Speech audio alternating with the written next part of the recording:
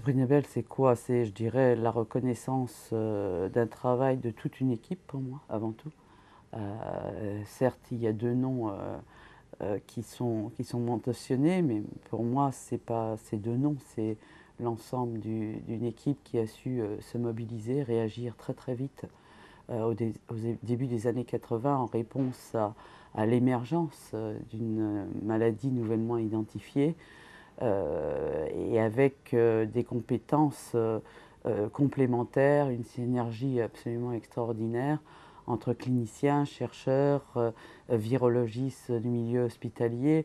Et je pense que c'est cet exemple qui est quelque part récompensé, qui correspond à ma vision, en tous les cas aujourd'hui, de la recherche. Cette recherche aujourd'hui, elle ne se fait pas seule dans un laboratoire, elle se fait par toute une équipe, un réseau d'équipes multidisciplinaires. Alors si on se replonge 25 ans à peu près en arrière, comment s'est passée l'identification du virus? Tout d'abord, il y avait, au début des années 80, cette maladie identifiée aux États-Unis, et puis quelques mois, l'année suivante, les premiers cas identifiés en France, notamment par plusieurs cliniciens, mais dont Willy Rosenbaum, qui, bien sûr, comme d'autres cliniciens, se posait la question, mais quel est l'agent responsable de ce virus? Et 82, eh bien, la plupart des familles de virus qui pouvaient être responsables ou associés à cette maladie avaient été recherchées par pas mal d'équipes, par exemple les virus des hépatites, les cytomégalovirus, les virus de la famille herpès, et aucun ne répondait réellement aux critères qu'il fallait pour être l'agent responsable de cette immunodéficience. Et donc, Willy est venu ici à Pasteur, aussi un petit peu sur les conseils de Françoise Bras-Vésinet, pour essayer de trouver des équipes de rétrovirologues qui pourraient s'intéresser à cette maladie. Pourquoi les rétrovirus? Eh bien, parce qu'à l'époque, il y avait un seul rétrovirus humain connu, le virus HTLV, découvert par l'équipe de Bob Gallo aux États-Unis, conjointement d'ailleurs avec une équipe de Japonais, et qu'on savait que ce rétrovirus HTLV avait pour cible une population de globules blancs qu'on appelle les lymphocytes T. Or, dans la maladie SIDA, c'était une fraction de ces lymphocytes T qui disparaissaient, les lymphocytes TCD4+. Donc, premier argument pour penser peut-être à un rétrovirus. Deuxième argument, on savait que les chats, lorsqu'ils sont infectés par un virus de la leucémie du chat, à l'époque, eh bien souvent développent une immunodéficience et meurent de cette immunodéficience avant même de développer une leucémie. Donc c'était deux arguments qui posaient la question, est-ce qu'un rétrovirus ne serait pas impliqué dans cette affaire?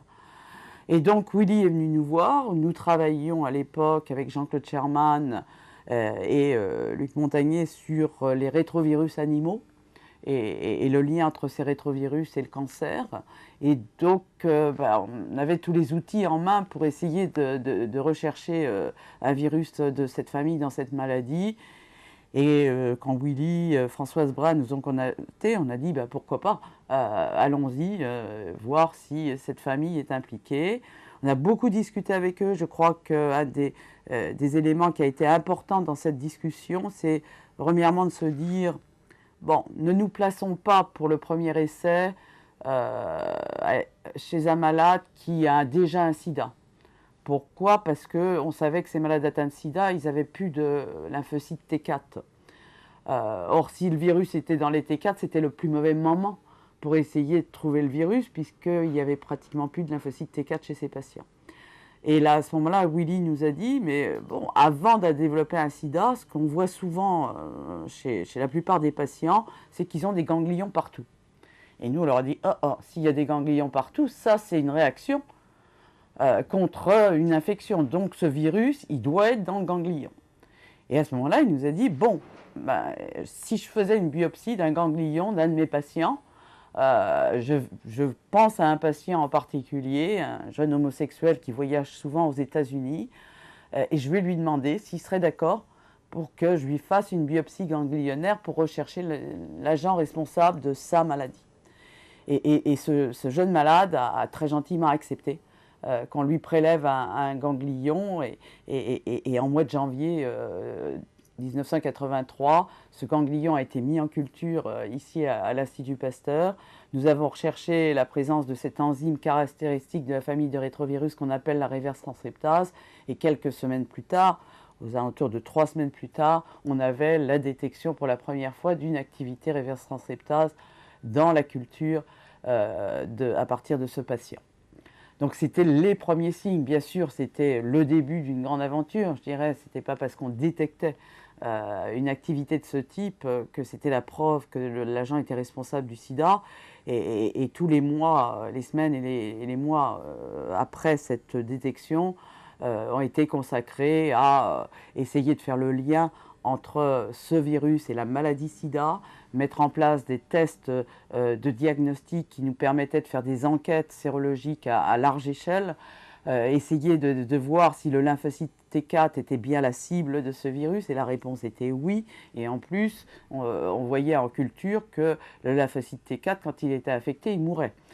Donc c'était un faisceau d'arguments qui allaient tous dans le même sens, d'un lien entre ce virus et la maladie sida à proprement parler. Comment est-ce que vous avez su que ce n'était pas le fameux HTLV1 de Robert Gallo?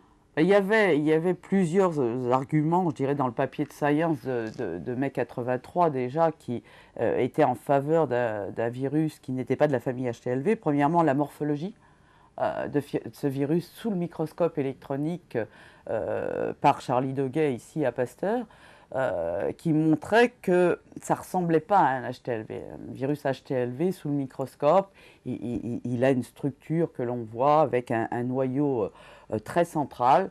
Or, le virus LAV, comme vous dites à l'époque, avait un tout petit noyau très excentré qui ne ressemblait pas du tout à la famille des HTLV. Bon, ça, c'était la première observation, je dirais.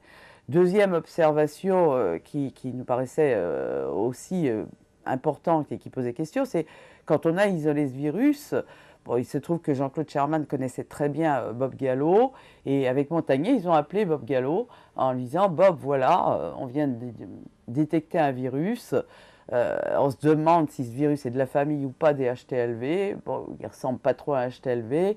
Au lieu de transformer les cellules, il ne les transforme pas, mais il les tue.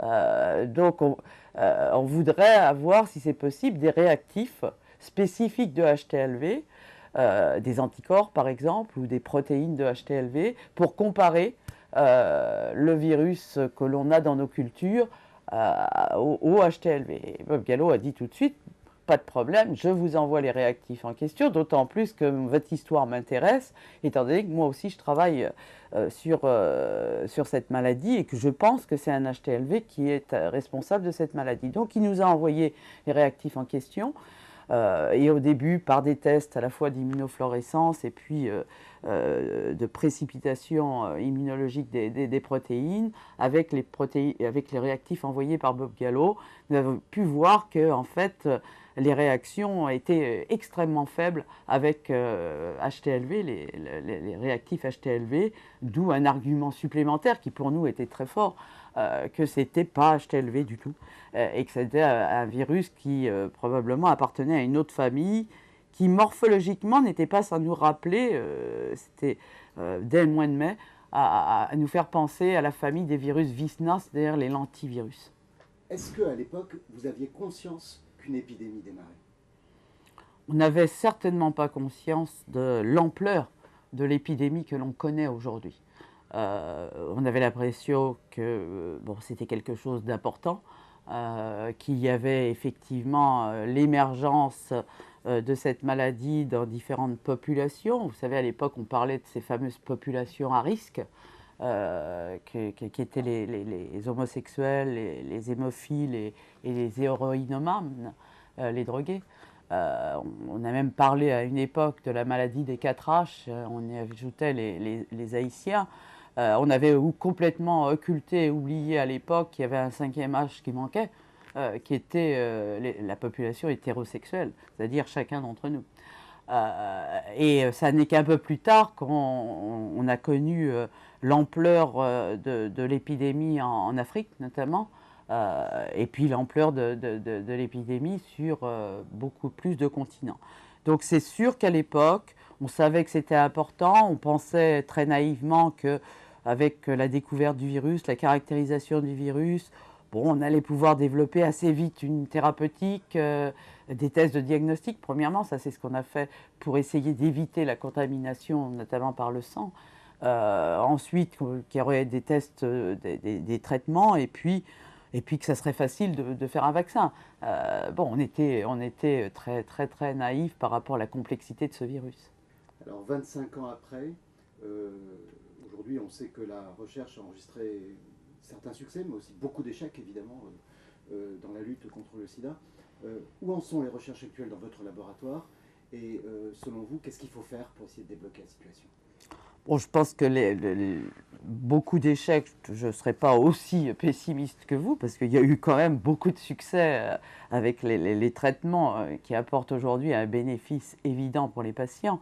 Je pense que surtout l'échec, c'est l'échec de la recherche vaccinale. 25 ans après, il n'y a toujours pas de candidat vaccin prometteur. Et l'année dernière, à la fin de l'année dernière, il y a eu un échec supplémentaire avec un candidat vaccin que beaucoup pensaient être un excellent candidat vaccin.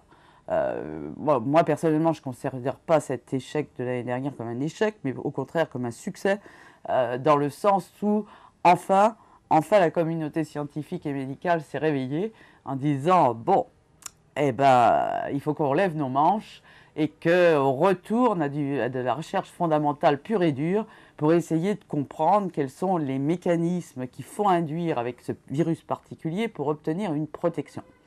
Ça, on ne sait toujours pas qu'est-ce qu'il faut induire pour avoir une protection aujourd'hui dans l'infection VIH.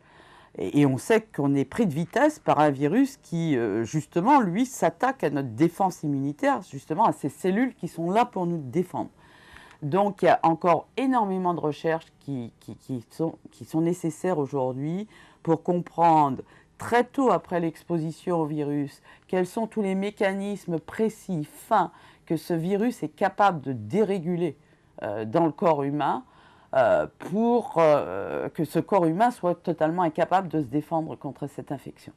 Quels sont les signaux qu'il faut induire pour, à l'inverse, avoir une protection contre cette infection elle-même, ou voire contre l'évolution vers un sida à proprement parler, c'est-à-dire un vaccin thérapeutique, entre guillemets.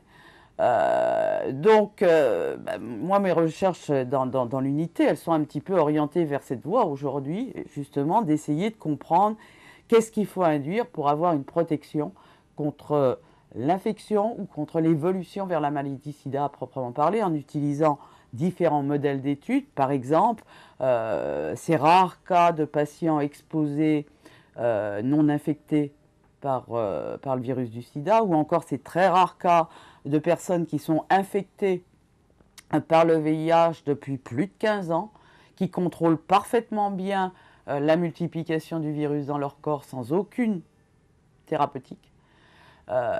Et donc d'essayer de savoir qu'est-ce que ces gens-là ont de différent que la majorité des patients qui malheureusement évoluent vers un sida. Ou encore d'utiliser des modèles comme les modèles des singes d'Afrique, qui sont des singes qui sont porteurs du virus du sida, un virus très proche du virus humain, et qui ne développent pas la maladie sida à proprement parler. Quels sont les mécanismes chez ces singes qui expliquent pourquoi ils n'ont pas de sida. Donc voilà les grandes orientations de mon équipe, qui sont des orientations à terme à visée vaccinale, pour pouvoir définir dans le futur de nouvelles stratégies vaccinales de demain. Alors, au dernier G8, pour la première fois, en fait, on n'a pas parlé du sida. Et puis on sait aujourd'hui qu'un certain nombre de compagnies pharmaceutiques se désengagent un petit peu de la recherche justement sur un candidat vaccin. Est-ce que les moyens de cette recherche, que ce soit en France, en Europe ou dans le monde, sont là? Écoutez, les moyens, il va en falloir. Hein. Il va en falloir de façon importante, puisque à la fois, il faut des moyens pour cette recherche fondamentale dont je viens de parler, Mais il faut, une fois qu'on aura défini de nouvelles stratégies vaccinales, ces stratégies vaccinales, il va falloir à la fois passer par des tests précliniques chez l'animal, des expérimentations qui coûtent très très cher chez l'animal si on veut qu'elles soient bien faites. Les tests chez l'animal, je dirais, doivent être faits dans des conditions assez similaires aux essais vaccinaux chez l'homme, si on veut pouvoir tirer des conclusions précises de ces études chez l'animal. Et ensuite, il faut passer justement à ces essais vaccinaux chez l'homme, qui sont également très très chers, très coûteux. Donc bien sûr qu'il faut se projeter tout de suite sur les besoins de la recherche pour essayer au moins de répondre à la question oui ou non un vaccin est possible. Et il faut aussi amener dans le domaine de la recherche sur le sida des nouveaux chercheurs venant de disciplines différentes des nôtres, avec leurs idées nouvelles, et en particulier des jeunes chercheurs avec un esprit innovateur, créatif, qui vont découvrir ce monde du sida et qui vont peut-être nous apporter la clé à toutes ces questions que l'on se pose et que finalement on ne voit nous peut-être plus parce que nous sommes impliqués depuis 25 ans dans cette recherche sur le sida. Et donc cette interaction proche entre des naïfs, je dirais, du milieu du sida et les vieux du milieu du sida peut être, à mon avis, extrêmement productif dans l'avenir. Mais ces jeunes chercheurs, pour autant, il faut pouvoir les recruter et les payer. On a toujours dit que vous étiez une chercheuse engagée sur le terrain, militante, qui essayait de ne pas perdre le contact avec la réalité de cette maladie. Est-ce que aujourd'hui vous continuez comme ça sur le terrain? Bien sûr, pour moi c'est quelque chose d'extrêmement important. Je dirais qui date depuis le premier contact dans les débuts des années 80 avec les malades.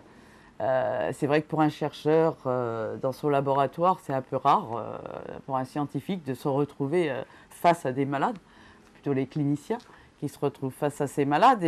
Et ce sida, je dirais, a fait que les malades arrivaient à l'Institut Pasteur au début des années 83 pour nous poser des questions. C'est quoi ce virus?